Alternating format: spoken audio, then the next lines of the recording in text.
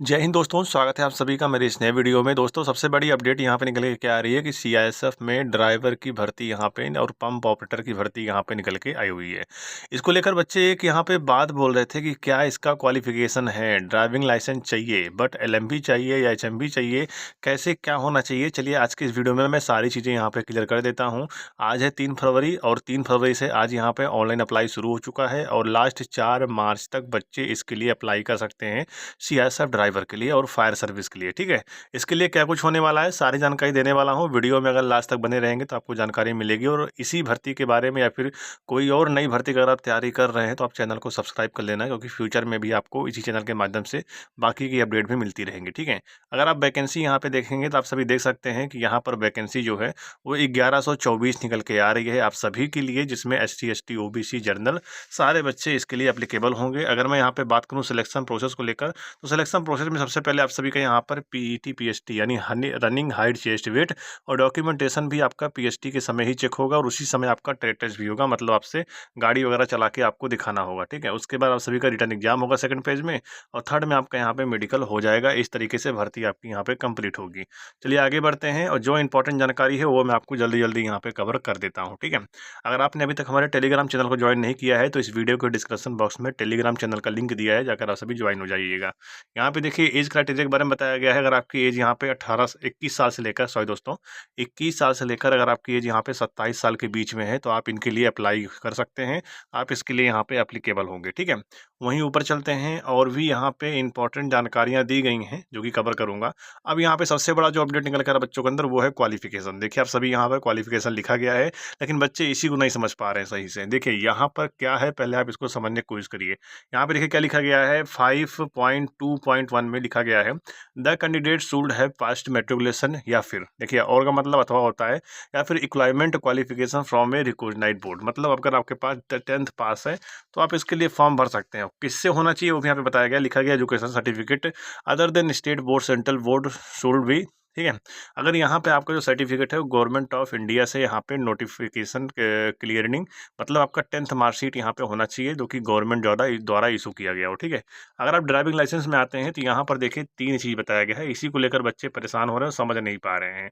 यहाँ पर क्या लिखा गया है, मेरी बात ध्यान सुनिएगा। यहाँ पे लिखा गया है, देखिए लिखा गया है इसमें आप देखेंगे तो 5.3.1 में देखिएगा लिखा गया है the candidate should have a valid driving licence in the following type of vehicles. ठीक है, यहाँ पे देखिए ए नंबर पे लिखा गया है, पहला है यहाँ पे बोला गया हैवी मोटर व्हीकल। आपके पास देखिए हैवी मोटर व्हीकल या फिर ट्रांसपोर्ट व्हीकल अगर आपके पास है तो आप अप्लीकेबल होंगे इसके लिए। ठीक है, और आपके पास बता दें अगर आपके पास हैवी व्हीकल देखिए ऑप्शनल है, HMV जो यहाँ पे लिखा गया है ये ऑप्शनल है, आपको ये चाहिए या फिर ये चाहिए, इन दोनों में से आपके पास एक चीज़ यहाँ पे होना चाहिए। ठीक है, बाकी का जो यहाँ पे नीचे बताया गया है ना, बहुत सारे बच्चे क्या बोल रहे थे कि मेरे पास यहाँ पे LMV है, मतलब लाइट मोटर व्हीकल है। ठीक है, उसके बाद अगर बहुत बच्चे बोल रहे हैं मोटरसाइकिल का और विथ गियर का मेरे पास है, तो क्या मैं फॉर्म भर सकता हूँ? तो देखिए यहाँ पे क्या बताया गया, जो फर्स्ट नंबर पे ए बोला गया है ना, ए वाला, तो यहाँ पर देखिए क्या लिखा गया है हैवी मोटर व्हीकल, उसके बाद OR का मतलब होता है अथवा फिर ट्रांसपोर्ट व्हीकल। ठीक है, ये 2 चीज़ लिखा गया है। तो इन 2 चीज़ से अर्थात ये मतलब पता चलता है कि आपके पास HMV या फिर ट्रांसपोर्ट व्हीकल, इन दोनों में से अगर एक है और उसी के साथ में आपके पास यहाँ पर लाइट मोटर व्हीकल और मोटरसाइकिल विथ गियर है तो ही आप फॉर्म भर सकते हैं। यानी आपके पास LMV है तो सिर्फ LMV से काम नहीं चलने वाला है। आप मेरी बात कहने का मतलब आप समझ रहे होंगे, और आपको अगर वीडियो अच्छा लग रहा हो तो वीडियो को सब्सक्राइब करके और चैनल को मतलब सब्सक्राइब करके वीडियो को लाइक कर दीजिएगा। ठीक है, यहाँ पे देखिए लिखा गया है कि हैवी मोटर व्हीकल या फिर ट्रांसपोर्ट व्हीकल, इन दोनों में से आपके पास एक होना चाहिए और उसके बाद भी आपके पास यहाँ पे लाइट मोटर व्हीकल भी चाहिए और साथ में मोटरसाइकिल विथ गियर भी चाहिए। तो मैं आपको ये बताता हूँ, अगर आपके पास यहाँ पे LMV है तो आप सभी LMV होने के बाद ही आप सभी यहाँ पे हैवी मोटर व्हीकल का लाइसेंस जो है वो पा सकते हैं, मतलब बनवा सकते हैं।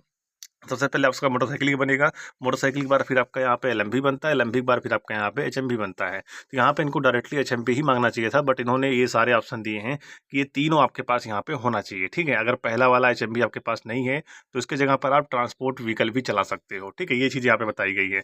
बाकी सिर्फ LMV से फॉर्म नहीं भरा जा सकता, और सिर्फ मोटरसाइकिल से फॉर्म नहीं भरा जा सकता, आपके पास एचएम भी होना ज़रूरी है, उसके साथ में दोनों भी होना चाहिए, लाइट मोटर व्हीकल और मोटरसाइकिल का भी होना चाहिए, ठीक है। तो ये सारी चीज़ें हैं, आप इसको ध्यान से देखिएगा। अब यहाँ पे बता दें, SC/ST को एज में 5 साल की छूट मिल जाती है और OBC को एज में यहाँ पे 3 साल का छूट मिल जाएगा। और यहाँ पे देखिए एक्सपीरियंस के बारे में बताया गया है, ध्यान दीजिएगा।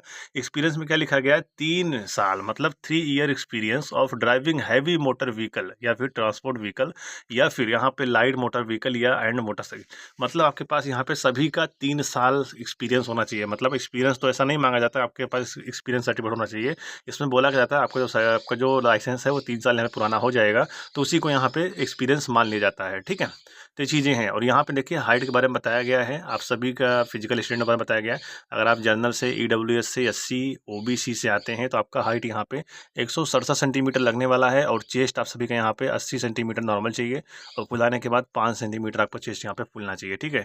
और यहाँ पे रिलैक्सेशन भी दिया गया है, आप इसको यहाँ पे चेकआउट कर सकते हैं। बाकी आप चैनल सब्सक्राइब कर लीजिएगा, आपको फ्यूचर में अपडेट मिलता रहेगा। आप पूरे ऑल ओवर इंडिया में अगर आप ST से आते हैं, ST कैटेगरी से, तो आपकी हाइट यहाँ पे 160 सेंटीमीटर होना चाहिए, मतलब 160 सेंटीमीटर। और आपका यहाँ पे 76 सेंटीमीटर नॉर्मल चेस्ट होना चाहिए, फुलाने के बाद 5 सेंटीमीटर तक चेस्ट यहाँ पे खुला मांगा गया है, ठीक है। अब यहाँ पर अगर आप नीचे आएंगे तो यहाँ पर और भी जानकारी दिया गया है, आप इसको यहाँ पे देखिएगा एक बार। सबसे पहले आप सभी का यहाँ पे हाइट बार टेस्ट होने वाला है। हाइट बार टेस्ट में आपको क्या चाहिए, मेरी बात ध्यान सुनिएगा। आपकी यहाँ पे रनिंग होगी, ठीक है। आपकी रनिंग होने वाली है 800 मीटर और आपको पास करना पड़ेगा 3 मिनट और 15 सेकंड के अंदर।